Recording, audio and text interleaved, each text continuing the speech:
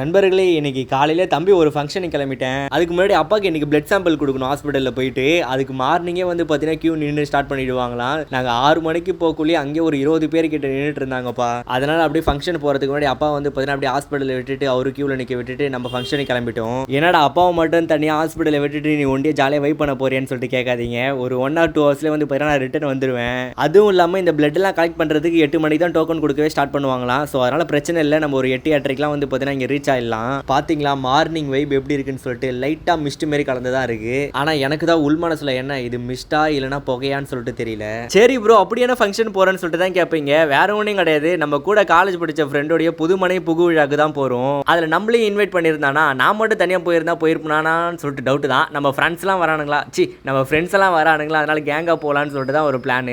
அதுவும் இல்லாம இந்த மாதிரி ஃப்ரெண்ட்ஸோட வெளியே போய் ரொம்ப நாள் ஆயிடுச்சுன்னு நினைக்கிறேன். ஆனா என்ன ஒரு ட்விஸ்ட், நான் காலேஜ் படிக்குள்ள எல்லாரும் கூப்பிடுவானுங்க வாடா வெளியே போலான்னு சொல்லிட்டு. அந்த டைம்ல வெளியே போகாத நானு இந்த டைம்ல என்னன்னு சொல்லிட்டு தெரியல, பசங்க கூட வெளியெல்லாம் போகணும்னு சொல்லிட்டு லைட்டா ஒரு ஆசை வருது. அப்படியே ஃபங்க்ஷன் போறதுக்கு முன்னாடி எல்லாரும் ஒன்னா சேர்ந்து அசம்பிள் ஆயிட்டு கொஞ்ச நேரம் அப்படியே கதைச்சிட்டு ஸ்பாட்டுக்கு போயாச்சு. நம்மளும் ஃப்ரெண்டுக்கு கங்க்ராச்சுலேஷன் பண்ணிட்டு சாப்பிட்டு வீடு சுத்தி பார்த்துட்டு கிளம்பலான்னு சொல்லிட்டு பார்த்தாக்கா பயபுள்ள கங்க்ராச்சுலேஷனுக்கு என்னன்னு சொல்லிட்டு தெரியல சிரிக்கிறான். இந்த கங்க்ராச்சுலேஷன் சொன்ன உடனே என்னன்னு சொல்லிட்டு தெரியல சில பேர் சிரிக்கிறானுங்க. டவுட்டாவே இருக்கு எனக்கு. சரி வாங்க முக்கியமான மேட்டருக்கு வர போறோம். இந்த மாதிரி ஃபங்க்ஷன் வந்துட்டா சாப்பிடாம போகவே கூடாது. அதுவும் இல்லாம மார்னிங் டைம் ஆனாலே இந்த பூரிலாம் போடுவாங்க. எனக்கு பூரினா ரொம்ப ஃபேவரட். அதனால ஒரு 3 பூரி 2 இட்லியை சாப்பிட்டு ஃபங்க்ஷன்ல ஒரு குரூப் போட்டோ எடுத்துட்டு வட்டா மாமேன்னு சொல்லிட்டு அவன் மூளைக்கு சதறிட்டானுங்க.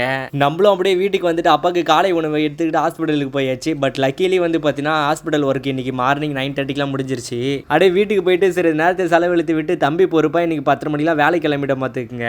ஏன்னா டே பை டே ஹாஸ்பிட்டல் வீடு இப்படியே போயிட்டு இருக்கா. ஒழுங்கா வேலைக்கு போயிட்டு காசு கூட சேர்த்து வைக்க முடியல. சரி இன்னைக்காச்சும் வேலைக்கு போயிட்டு காசு சேர்த்து வைக்கலான்னு சொல்லிட்டு நானும் வேலைக்கு கிளம்புனேன். நல்லா தாங்க வந்துச்சு. அதுவும் ஒரு 2 ஆர்டர் தான் வந்துச்சு. அதுக்கப்புறம் 3ஆவது ஆர்டர் ஆளே காணும். நானும் சரி போயிட்டு இருக்க வழியில் ஏன்னா நிழல் வருமோ உட்காரலான்னு சொல்லிட்டு பார்த்தேன். கரெக்டாக ஏரி ஓரத்தில் ஒரு நிழல் வாட்டம் இருந்தது. அங்கே அப்படியே பெராக்கா பார்த்துட்டு அப்படியே ஃப்ளாட் ஆகிட்டேன் நான்.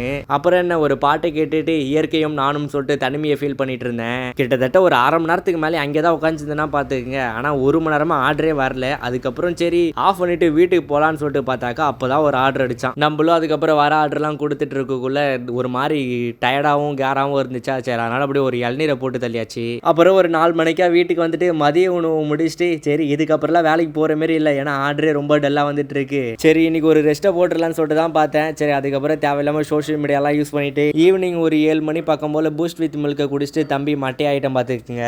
நைட்டு 7:30 மணிக்கு தூண நான் மறுபடியும் 9 மணிக்காக தான் எழுந்துச்சு இரவு உணவு முடிச்சுட்டு ஒரு 2 செஸ் கேமை போட்டு அப்படியே இன்னைக்கான எடிட்டிங்லாம் பண்ணிட்டு 12 மணிக்கு மட்டை ஆகிட்டம் பார்த்துக்குங்க. நண்பர்களே இதுதான் நம்மளுடைய வாழ்க்கை பயணத்தில் 72வது நாளுடைய வரவு செலவு.